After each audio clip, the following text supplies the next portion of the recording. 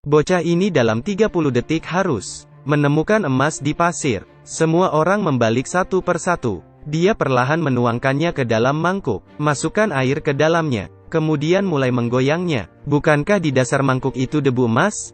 Ternyata tidak perlu menggunakan tangan. Mengandalkan cara ini, Bao Jin berhasil memasuki tambang. Sungai Mucang kaya akan debu emas. Semua orang ingin menjadi penggali emas di sini. Dia juga ingin menemukan banyak emas. Tak disangka tempat ini sudah lama ditempati oleh perusahaan Gongma.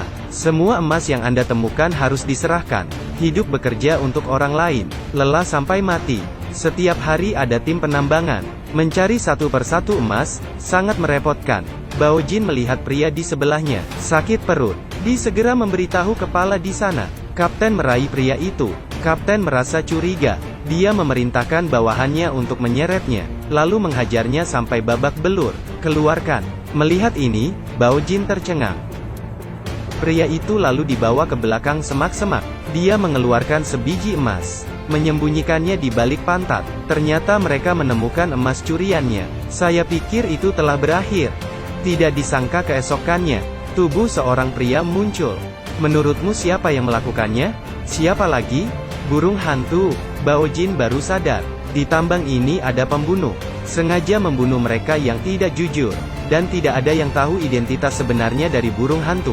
Kelihatannya, jalan menambang emas ini akan sulit dan berbahaya. Hari ini Bao Jin baru menggali. Mereka tidak menemukan emas di lubang ini. Panggil Matua, yang bertanggung jawab, untuk memeriksanya. Dia juga tidak mengerti. Kemudian seorang wanita datang, mengambilnya dan mengatakan ini tanah palsu. Ini adalah bagian bawah pinggang lumpur dari lapisan pasir palsu yang disebut api. Gali lagi lebih bawah, akan ada emas di sana. Kemudian palu kecil dikeluarkan dari pinggangnya. Dia gali beberapa saat, langsung menghancurkan tanah palsu. Lao Ma, Anda sekarang adalah pemimpin di bagian sungai ini. Anda tidak perlu bergantung pada Wuzi. Anda harus punya kemampuan dan lebih berhati-hati. Penghinaan ini seketika membuat wajah Lao Ma berubah. Tapi karena orang-orang ini adalah kepala di sungai sebelah bernama Qiu, ahli mencari tambang dan mencari emas, dia tidak berani mengatakan apa-apa. Dia hati Bao Jin. Dia adalah gadis idamannya. Dia sering memikirkan kapan bisa memeluknya. Kesempatan itu akan segera tiba. Hari ini anak Qiu menghilang. Bos bagian sungai mereka segera memerintahkan, tidak peduli sungai mana, asalkan kalian menemukan Badu, akan diberikan hadiah 20 ger emas. Namun sampai sore hari, anak itu belum ditemukan. Hadiah dinaikkan menjadi 30 ger. Hadiah seperti ini, dan berkesempatan mendapatkan pujian.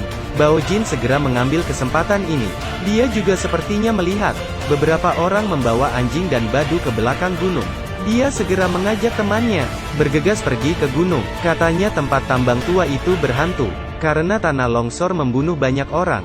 Benar saja, baru saja tiba di pintu masuk gua. Ketiganya melihat, anjing yang dibawa bersama Badu telah mati.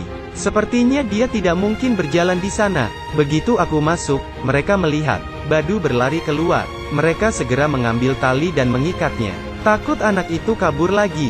Ketika keluar, kebetulan mereka bertemu anak buah bos. Seketika mereka dikira penculik anak itu.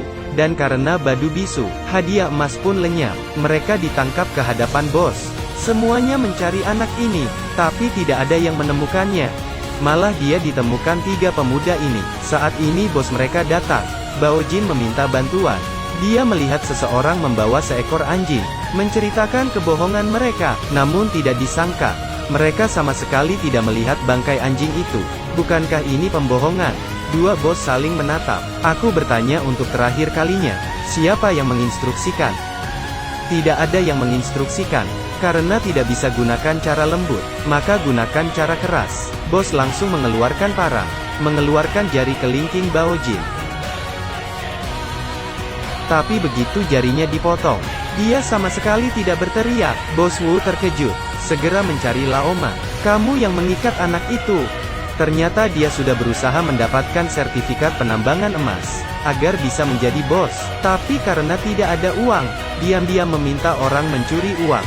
Setiap kali selalu tertangkap. Kebetulan beberapa hari yang lalu, Lao Ma dihina kakak Qiu, mempermalukannya di depan orang. Dia merencanakan sesuatu, mengikat anaknya di belakang gunung, meminta tebusan uang pada Qiu. Tepat ketika dia akan kabur dengan uang 30.000 yuan, seseorang berbisik bahwa mereka telah menemukan Badu. Qiyu yang marah langsung membunuh mereka dengan kejam. Penjahat itu tidak menyangka, wanita itu sebenarnya adalah burung hantu, dan Bao Jin hanya menjadi kambing hitam. Sepertinya masih ada lagi rahasia yang belum terungkap. Seluruh tambang itu seperti pembiasan hubungan sosial manusia, intrik di berbagai bagian sungai. Tidak ada toleransi antara manusia. Semuanya tersembunyi di bawah debu emas ini. Emas ini merusak hati nurani manusia.